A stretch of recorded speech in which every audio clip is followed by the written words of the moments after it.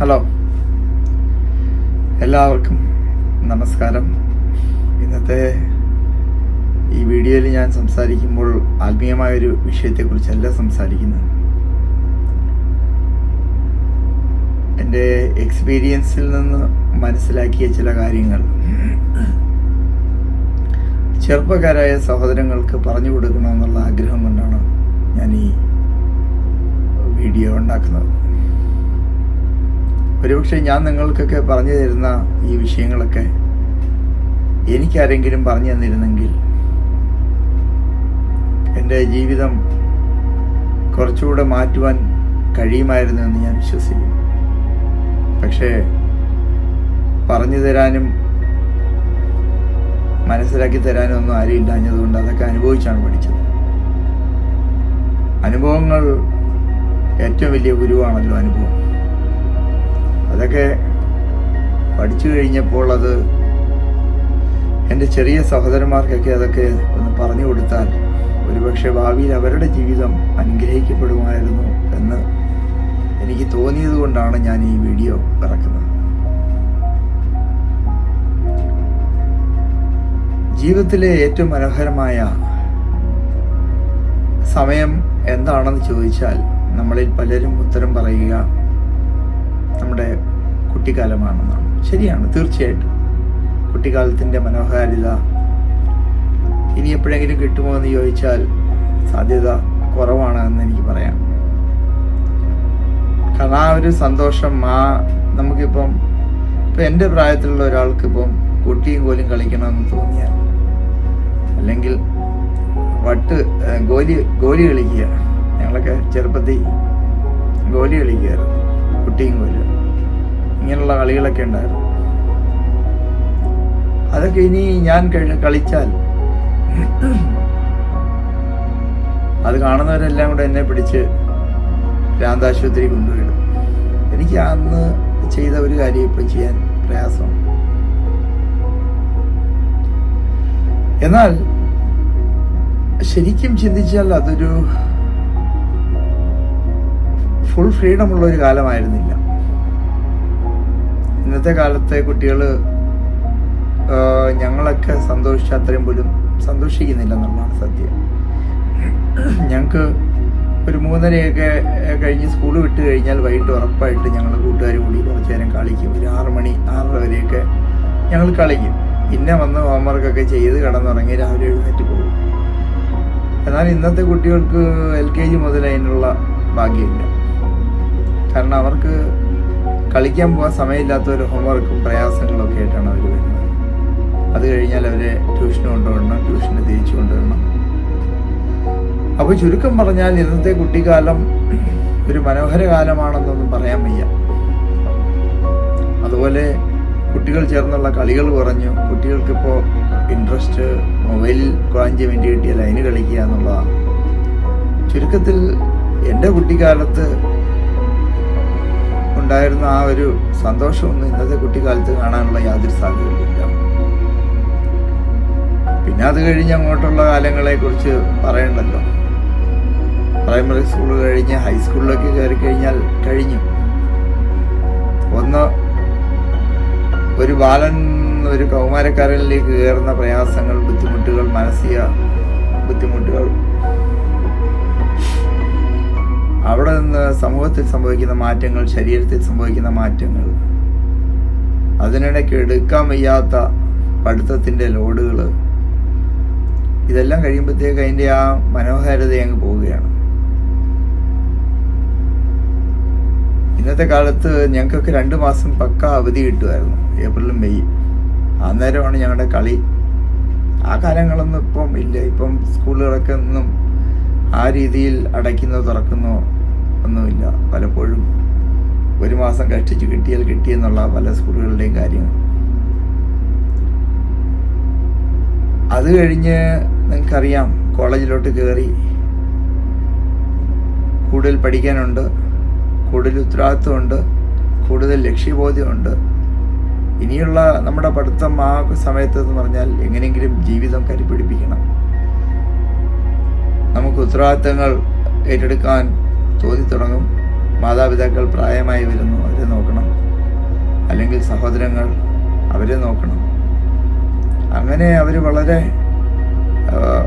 കഷ്ടപ്പെട്ട് പഠിച്ച് ഒരു 10-22 വയസ്സ് വരെയൊക്കെ പഠിച്ച്, ചിലപ്പോൾ അതിനുശേഷവും പഠിച്ച്, അത് കഴിഞ്ഞാൽ പിന്നെ എങ്ങനെയെങ്കിലും ഒരു ജോലി തരപ്പെടുത്താനുള്ള ഓട്ടമാണ്. അപ്പോഴാണ് അറിയുന്നത് ഈ പറയുന്ന പോലെ എളുപ്പമല്ല ജോലി. പഠിച്ച ജോലി പലർക്കും കിട്ടാറേ ഇല്ല. എന്താണ് പഠിച്ചത്? അതുമായിട്ട് ബന്ധപ്പെട്ട ജോലിയല്ല പലരും ചെയ്യുന്നത്. അവനവന് താല്പര്യമുള്ള ചില ഫീൽഡുകളുണ്ട്, അതുപോലും പലപ്പോഴും കിട്ടാറില്ല. കിട്ടിയ ഫീൽഡ് പിന്നെ ഒരിക്കലും മാറാനും പറ്റത്തില്ല. അതാണ് ഏറ്റവും വലിയ സങ്കടം. നമ്മൾ ഏത് ഫീൽഡിൽ കയറുന്നോ ആ ഫീൽഡിൽ തന്നെ പിന്നെ ഒരു ലൈഫ് തുടരുക എന്നുള്ളത് മാത്രമേ ഉള്ളൂ. പെട്ടെന്ന് ഒരു ഫീൽഡിൽ നിന്ന് വേറൊരു ഫീൽഡിലോട്ട് മാറ്റിയാൽ പിന്നെ ജൂനിയറായി പോകുമെന്നുള്ളൊരു ബുദ്ധിമുട്ട്. അങ്ങനെ കിട്ടിയിടത്ത് കിടന്ന് പിന്നെ ജീവിതത്തിൻ്റെ ഒരു നല്ലൊരു ശതമാനം, അപ്പോൾ ഒരു 20-25 വയസ്സ് ജോലി കിട്ടിയാൽ പിന്നെ ജോലി ചെയ്യാനുള്ള സമയം 55-60 വയസ്സ് വരെയാണ്. ഈ കാലഘട്ടത്തിനകത്ത് വിവാഹം കഴിക്കണം, അതിൻ്റെ പ്രയാസങ്ങൾ. തലമുറകൾ 30 വയസ്സ് മുതലൊക്കെ മിക്കവാറും പേരും പിന്നെ കുഞ്ഞുങ്ങളുടെ ഉത്തരവാദിത്തങ്ങൾ ഏറ്റെടുത്തു തുടങ്ങി. 30 വയസ്സിലെ പിന്നെ അവനവൻ്റെ ജീവിതത്തിലെ കരുപിടിപ്പിക്കാനുള്ള ആ ബുദ്ധിമുട്ടുകൾ. സ്വന്തമായൊരു ഭവനം വേണം, സ്വന്തമായി നല്ലതായി ജീവിക്കണം, വാഹനം വേണം, കുടുംബത്തെ നല്ലതുപോലെ പോറ്റണം, കുഞ്ഞുങ്ങൾക്ക് നല്ല വിദ്യാഭ്യാസം കൊടുക്കണം, അതിൻ്റെ പെടപ്പാടുകൾ, ബാങ്കിൽ നിന്ന് ലോൺ എടുത്ത് അത് തിരിച്ചടയ്ക്കാനുള്ള ബുദ്ധിമുട്ടുകൾ. ചുരുക്കം പറഞ്ഞാൽ ഒരു 25 വയസ്സ് മുതൽ 55-60 വയസ്സ് വരെ നീളുന്ന ബുദ്ധിമുട്ടിൻ്റെയും പ്രയാസത്തിൻ്റെയും കാലഘട്ടം. ആ കാലഘട്ടങ്ങളിൽ അവനവനെ മറന്ന് കുടുംബത്തിന് വേണ്ടിയൊക്കെയാണ് പലരും ജീവിക്കുന്നത്. ഒരുപക്ഷെ ഒരു ടൂറ് പോകാൻ പോലും കഴിഞ്ഞെന്നിരിക്കത്തില്ല. ഒരു 35 വയസ്സൊക്കെ ആകുമ്പോഴത്തേക്ക് മക്കളെ പഠിപ്പിക്കാനുള്ള ഭാരം മുറുകി വരുന്നു. അത് അവരെ പഠിപ്പിച്ച് അവരെ വളർത്തി വലുതാക്കി ഒരു കാലം നിർത്തുന്നതുവരെ ഈ ബുദ്ധിമുട്ടുകൾ ഒരു മനുഷ്യന്റെ ജീവിതത്തിൽ തുടർന്നുകൊണ്ടേയിരിക്കുകയാണ്. എന്നാൽ ഇതിൽ നിന്നെല്ലാം ഫ്രീ ആകുന്നൊരു കാലം വരികയാണ്. ഒരു 55 വയസ്സ് കഴിഞ്ഞ് പല ആളുകളും അവരുടെ ജോലി വിട്ട് സ്വതന്ത്രമായ ഒരു ജീവിതത്തിലേക്ക് കടക്കുന്ന ഒരു കാഴ്ച ഞാൻ കണ്ടുകൊണ്ടിരിക്കുകയാണ്. എൻ്റെ കൂടെയൊക്കെ കോളേജ് പഠിച്ച പലരും കുറേ നാളുകൾ മുമ്പ് തന്നെ അവർ ഗൾഫിലുണ്ടായിരുന്നവരൊക്കെ അവരുടെ ജോലികളൊക്കെ വിട്ട് അവരൊക്കെ നാട്ടിൽ സെറ്റിലായി. അവർ സുഖമായി മറ്റു കാര്യങ്ങളിലൊന്നും ഇടപെടാതെ വളരെ ശാന്തമായി അവരുടെ ജീവിതവുമായി മുന്നോട്ട് പോകുന്നു. അവരുടെ ഉത്തരവാദിത്തങ്ങളൊക്കെ മിക്കവാറും കഴിയാറായി. മക്കളൊക്കെ പഠിച്ചു നല്ല നിലയിലായി. അവർ ചിലരുടെ വിവാഹം കഴിഞ്ഞു കാണുമായിരിക്കാം, ചിലരുടെ വിവാഹം കഴിയാനിരിക്കുന്നു. അങ്ങനെ ഒരു ശാന്തമായ ഒരു ജീവിതത്തിലേക്ക് അവർ പ്രവേശിക്കുകയാണ്. സത്യത്തിൽ ജീവിതത്തിൽ ഭാരങ്ങളില്ലാത്ത ഒരു കാലഘട്ടത്തേക്ക് ജനിച്ച് പിന്നെ ഒരു 3 വയസ്സിന് ശേഷം ആദ്യമായിട്ട് യാതൊരു റെസ്ട്രിക്ഷൻസും ഇല്ലാത്ത, എപ്പം ഉറങ്ങണം, എപ്പോൾ എഴുന്നേൽക്കണം, എന്ത് ചെയ്യണമെന്നൊന്നും ഒരു റെസ്ട്രിക്ഷനും ഇല്ലാത്ത സ്വതന്ത്രമായ ഒരു കാലഘട്ടത്തിലേക്ക് പ്രവേശിക്കുന്നത് റിട്ടയർമെന്റ് ഏജാണ്. മക്കളൊക്കെ ആ ഭാരങ്ങളൊക്കെ ചുമന്നു തുടങ്ങുമ്പോൾ മാതാപിതാക്കൾ ഫ്രീ ആയി. ഇനി വേണമെങ്കിൽ നമ്മുടെ ഭാഷയിൽ പറഞ്ഞാൽ അടിച്ചു പൊളിച്ച് ജീവിക്കാം. പക്ഷേ അടിച്ചു പൊളിച്ച് ജീവിക്കാൻ തടസ്സമായ ഒരുപാട് കാര്യങ്ങൾ അന്നേരമാണ് വെളിപ്പെട്ട് വരുന്നത്.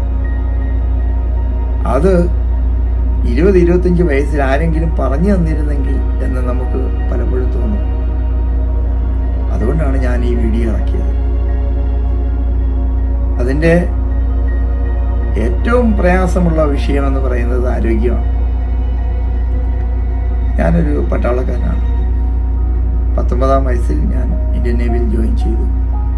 34 വയസ്സ് വരെ ഞാൻ പട്ടാളത്തിലായിരുന്നു. 34-ാം വയസ്സിൽ ഞാൻ റിട്ടയർ ചെയ്തു. 37-ാം വയസ്സിലാണ് ഞാൻ മർച്ചന്റ് നേവി ജോയിൻ ചെയ്യുന്നത്. ഇന്നും ഇപ്പോൾ ഞാൻ ഷിപ്പിൽ എൻ്റെ മുറിയിലിരുന്നുകൊണ്ടാണ് ഞാൻ നിങ്ങളോട് സംസാരിക്കുന്നത്. അതുകൊണ്ട് തന്നെ കുറേ AC-യുടെ ശബ്ദം ചില എക്യുപ്മെൻസിൻ്റെയൊക്കെ ശബ്ദമൊക്കെ നിങ്ങൾക്ക് ഇതിനകത്തൂടെ കേൾക്കും. ഈ 34 വയസ്സിലുള്ള ജീവിതത്തിൽ ഇന്ത്യൻ നേവി എൻ്റെ ആരോഗ്യത്തെ വളരെ നന്നായി കെയർ ചെയ്തു. എൻ്റെ ഹൈറ്റ് അനുസരിച്ച് എനിക്ക് 73 കിലോ വരെ ആകാം. എന്നാൽ പട്ടാളത്തിൽ നിയമം അനുസരിച്ച് എനിക്ക് 63 കിലോ പാടുള്ളൂ. ഒരു പ്രാവശ്യം 70 71 ആയപ്പോഴേക്കും എൻ്റെ ഓഫീസർ ഇൻചാർജ് ആയിരുന്ന ലഫ്റ്റനന്റ് കമാൻഡർ ആർ ശ്രീനിവാസൻ, അദ്ദേഹം എൻ്റെ ഡിപ്പാർട്ട്മെന്റ് മാർച്ച് ചീഫിനോട് പറഞ്ഞു, ഈ ഐപ്പിനെ ശ്രദ്ധിക്കണം, എല്ലാ ആഴ്ചയും വെയിറ്റ് നോക്കണം, വെയിറ്റ് കുറയുന്നില്ലെങ്കിൽ രാവിലെ 4 മണിക്ക് പരേഡ് ഗ്രൗണ്ടിൽ ഓടാനായിട്ട് വിളിക്കണം. രാവിലെ 8 മണിക്ക് ജോലിക്ക് വരേണ്ട ഞാൻ 4 മണിക്ക് 5 കിലോമീറ്റർ വന്ന് ഓടിയിട്ട് പിന്നെ തിരിച്ചു പോയി, പിന്നെ 8 മണിക്ക് തിരിച്ചു വരണം ഡ്യൂട്ടി. അത് ഓർത്തപ്പോൾ എനിക്ക് തല ഇറങ്ങുന്ന പോലൊക്കെ തോന്നി. അതുകൊണ്ട് ഞാൻ വൈകിട്ട് ഓടാൻ തുടങ്ങി. വൈകിട്ട് ഡ്യൂട്ടി കഴിഞ്ഞ് ജെട്ടി കൂടെ ഓടും, ബോട്ട് ജെട്ടി കൂടെ കിടന്ന് ഓടും. എങ്ങനെയെങ്കിലും 1 കിലോ കുറയ്ക്കണം. 1 കിലോ അത്രയും എന്നെ നേവി എന്നെ പ്രൊട്ടക്റ്റ് ചെയ്തുകൊണ്ട് ആ കാലങ്ങളിലൊന്നും എനിക്ക് അസുഖങ്ങളൊന്നും ഇല്ലായിരുന്നു. മർച്ചന്റ് നേവിയിൽ എല്ലാ മെഡിക്കൽ ചെക്കപ്പും കഴിഞ്ഞിട്ടാണ് ഞാൻ ഷിപ്പ് കയറുന്നത്. ഇപ്പോഴും ഞാൻ medical checkup, complete medical checkup കഴിഞ്ഞിട്ടാണ് ഞാനിവിടെ വന്നത്. ഇവിടെയും എന്തെങ്കിലും പ്രശ്നം ഉണ്ടെങ്കിൽ ജോലിക്ക് കയറ്റത്തില്ല. എങ്കിലും വെയിറ്റ് ഒന്നും നോക്കത്തില്ല. അതുകൊണ്ട് തന്നെ 37-ാം വയസ്സിൽ ഞാൻ ജോലി ചെയ്ത് 40 കഴിഞ്ഞതോടെ എൻ്റെ ട്രെഡ്മിൽ ടെസ്റ്റ് അതിനകത്ത് വേരിയേഷൻസ് വരാൻ തുടങ്ങി. എന്തുകൊണ്ടെന്നാൽ ഇവിടുത്തെ റിച്ച് ഫുഡ്, പല രാജ്യങ്ങളിലുള്ള ഫുഡുകളെല്ലാം കൂടെ വെച്ച് എല്ലാത്തിൽ നിന്നും കഴിച്ച് ഇഷ്ടം പോലെ കഴിച്ച് കാണുന്നതെല്ലാം വാങ്ങിച്ച് കിലോ കണക്കിന് ചോക്ലേറ്റ് വാങ്ങിച്ച് വെച്ചിരുന്നു. അതും കഴിഞ്ഞപ്പോഴത്തേക്ക് എൻ്റെ അന്ന് മുതലാണ് എൻ്റെ പ്രശ്നങ്ങൾ തുടങ്ങിയത്. എന്ന് മുതൽ ഒബിസിറ്റി തുടങ്ങിയോ അതിൻ്റെ ഒരു 2-3 വർഷത്തിനകത്ത് എനിക്ക് പലവിധ പ്രശ്നങ്ങൾ നേരിടാനായിട്ട് തുടങ്ങി. ഇപ്പോൾ ചുരുക്കം പറഞ്ഞാൽ ഞാൻ എൻ്റെ ആരോഗ്യം സൂക്ഷിക്കാത്തതുകൊണ്ട് ഇപ്പോൾ ഇല്ലാത്തൊരു അസുഖം ഇല്ല എന്ന് പറയുന്നൊരവസ്ഥയായി. എന്നാൽ ഈ കാര്യങ്ങളൊന്നും കഴിച്ചു കഴിഞ്ഞാൽ ഇത്രയൊക്കെ പ്രശ്നങ്ങൾ വരും. ആഹാരം കഴിക്കുന്നതുകൊണ്ടാണ് ഇതെല്ലാം വരുന്നതെന്ന്, എക്സസൈസ് ഇല്ലാത്തതുകൊണ്ടാണ് ഇതെല്ലാം വരുന്നതെന്ന് എനിക്ക് മനസ്സിലായപ്പോഴത്തേക്കും തിരിച്ച് റിക്കവർ ആകാനുള്ള ആ ഒരു അവസരം എനിക്കില്ലാതെയായി. ഇനി ഒരു ആയുസ് മുഴുവൻ മരുന്ന് കഴിച്ചു കഴിയേണ്ട ഒരവസ്ഥ. തിരിച്ചു വരാൻ കഴിയത്തില്ലെന്നൊന്നും ഞാൻ വിശ്വസിക്കുന്നില്ല. കഴിയുമെന്ന് തന്നെയാണ് എൻ്റെ വിശ്വാസം. പ്രിയപ്പെട്ടവരെ, ഈ കാര്യങ്ങളൊക്കെ എനിക്ക് അന്ന് മനസ്സിലായിരുന്നെങ്കിൽ ഞാൻ ഒരിക്കലും എൻ്റെ ആരോഗ്യത്തെ വിട്ട് കളിക്കത്തില്ലായിരുന്നു. കാണുന്നതെല്ലാം കൊതിയോട് കഴിക്കുന്ന സ്വഭാവത്തിലേക്ക് ഞാൻ മാറത്തില്ലായിരുന്നു. അങ്ങനെയാണെങ്കിൽ ഇന്നും എനിക്ക് മരുന്ന് കഴിക്കാതെ കുറഞ്ഞതൊരു 65-70 വയസ്സ് വരെ എനിക്ക് സുഖമായി ആരോഗ്യത്തോടെ ജീവിക്കുവാനായിട്ട് കഴിയുമായിരുന്നു. അതുകൊണ്ട് തന്നെ നിങ്ങളുടെ റിട്ടയർമെന്റ് ലൈഫ് നിങ്ങൾക്ക് സന്തോഷമാകണമെങ്കിൽ നിങ്ങളുടെ ഒരു 20 വയസ്സ് 25 വയസ്സ് മുതലേ നിങ്ങൾ ആ കാര്യത്തിൽ ശ്രദ്ധിച്ചാൽ മാത്രമേ നിങ്ങളുടെ ആരോഗ്യം അനുഗ്രഹമായിരിക്കുകയുള്ളൂ.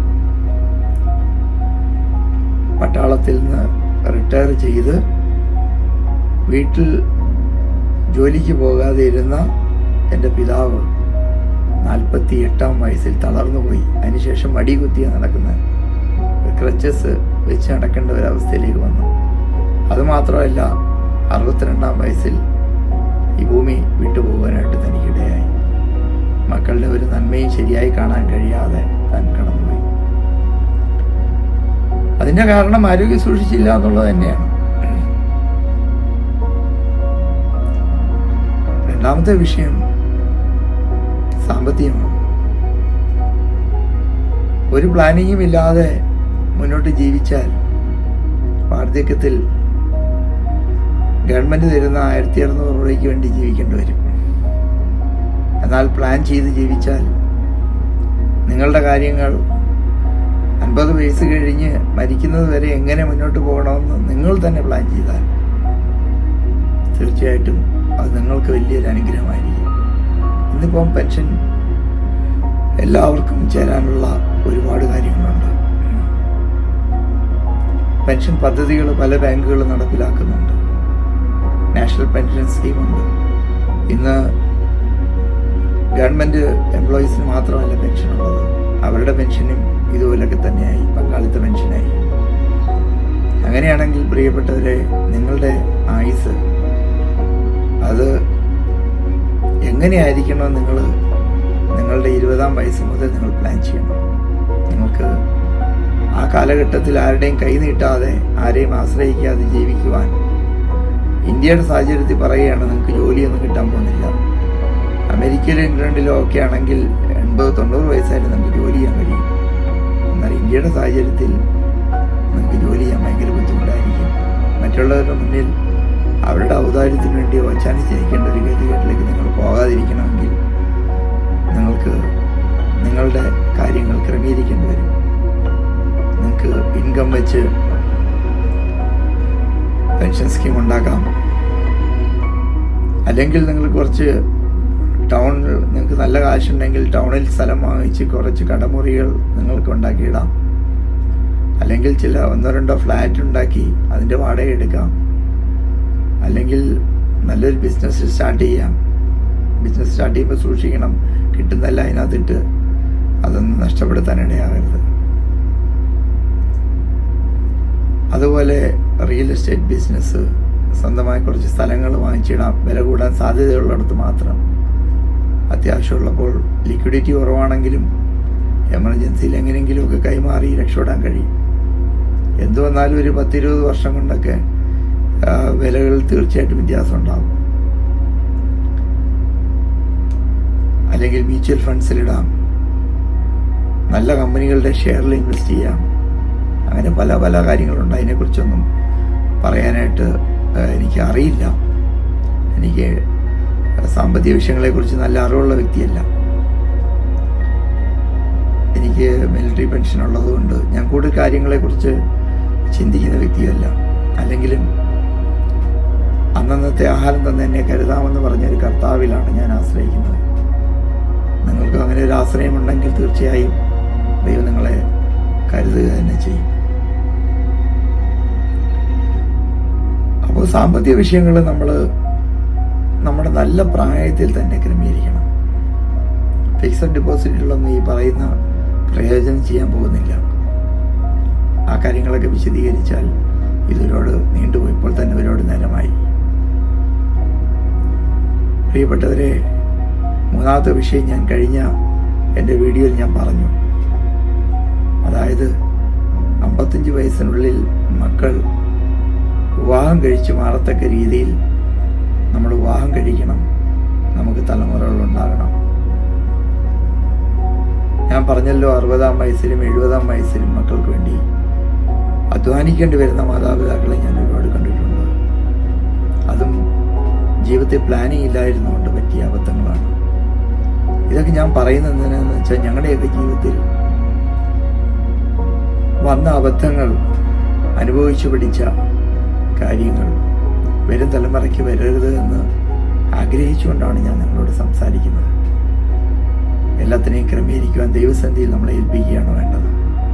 തീർച്ചയായും ഇത് ഈ വീഡിയോ കുറേ നീണ്ടുപോയെന്ന് എനിക്കറിയാം. എങ്കിലും ഈ കാര്യങ്ങളൊക്കെ മനസ്സിലാക്കുവാനും ജീവിതത്തെ ചിട്ടപ്പെടുത്തുവാനും ദൈവം നിങ്ങളെ സഹായിക്കട്ടെ എന്ന് പ്രാർത്ഥിച്ചുകൊണ്ട് ഞാൻ എൻ്റെ